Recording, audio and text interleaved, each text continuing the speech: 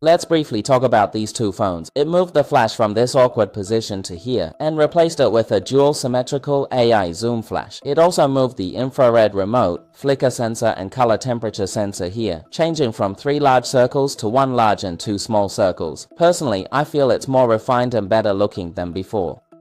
The top still houses the speaker, noise-cancelling microphone, and vent, though their positions have changed, making them look more symmetrical. The right side is worth discussing. The Honor 600 Pro has finally removed that annoying AI button from below the Honor 500 Pro. I do not dislike AI buttons. On the contrary, I like them, but placing it in this position makes me hate it. First, it is easy to press by mistake.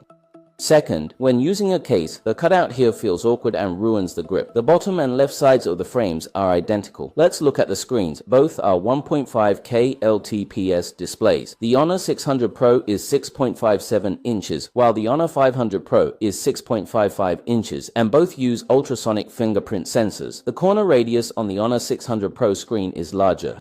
It is quite intuitive. The Honor 600 Pro has even narrower bezels than the Honor 500 Pro. The Honor 600 Pro adds a sunlight mode switch, which uses light-based temperature control to keep the display brighter outdoors for longer. Both phones feature an ebook mode. The Honor 600 Pro has 2 types, paper-like black and white and paper-like full color. The Honor 500 Pro only has the paper-like black and white mode. The new paper-like full-color mode on the Honor 600 Pro uses a self-developed paper-like color gamut mapping algorithm. It is a paper-like color mode, which can be understood as having a paper-like feel. Why mimic paper?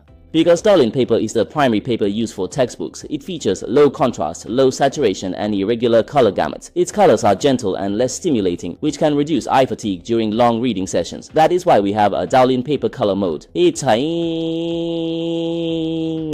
Honor achieves this paper-like reproduction through its self-developed paper-like color gamut mapping algorithm, with the primary goal of reducing visual fatigue for users during long reading sessions. I personally quite like this full-color paper mode. When reading, I often turn it on. The switch for the ebook mode is right in the drop-down toolbar, which is very convenient. Additionally, there is also a switch for the ultra-dim mode in the drop-down toolbar. The Ultra Dark mode on the Honor 600 Pro is also slightly different from the Honor 500 Pro. It adds a timer switch, allowing you to preset a nighttime period so it stays off during the day and turns on at night, which is much more convenient.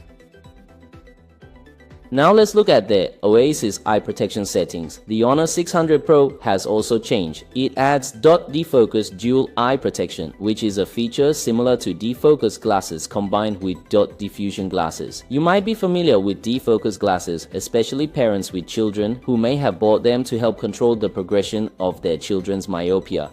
Defocus glasses use tiny defocus points on the lens to create peripheral defocus signals, which help inhibit the elongation of the eye axis. You might be less familiar with duty diffusion glasses. They work by lowering the image contrast received by the retina to create a softer visual environment. This reduces excessive stimulation of the retina from high contrast signals, making the eyes feel more relaxed and comfortable. These are their maximum manual indoor brightness levels. Regarding the dimming strategy, both use DC-like dimming at medium to high brightness and 3840Hz PWM dimming at low brightness. Let's first compare the screen flicker at medium to high brightness by setting them both to the same brightness level of 313 nits, and then proceed with the comparison. At this moment, the refresh rate is 60 Hz. You will notice that the black bars from the screen flicker are slightly different in depth. To ensure consistent brightness and display quality, a 120 Hz dimming with a uniform duty cycle is applied at a 60 Hz refresh rate, which is based on the 60 Hz thin film transistor reset. The darker black bars are what you see here. At this point, the flicker modulation depth should be referenced by the darker band. Even so, you can see that whether it is the darker or the lighter band, both phones show almost identical depth. In other words, at a 60 Hz refresh rate, their flicker performance is virtually the same. Now, let's look at the 120 Hz refresh rate. At this point, they both use 120 Hz thin film transistor reset, which is 120 Hz DC-like dimming, and the flicker performance remains almost identical. Let's also look at their flicker performance at low brightness by adjusting them to the same brightness level of 60 nits for comparison. At this point, they both use 3840 Hz pulse width modulation, dimming overlaid with 120 Hz thin film transistor reset. When you select the smart refresh rate, it stays at 120Hz at low brightness. At around 90 nits, they both switch from quasi-DC to high-frequency pulse width modulation dimming. As you can see, both the high-frequency pulse width modulation dimming and the thin film transistor reset parts are old, and their ratings are almost identical. You can pause to take a look. New viewers who are confused can check the viewing guide in the pinned comment. That is all for this video. See you next time. Bye. 把这本车上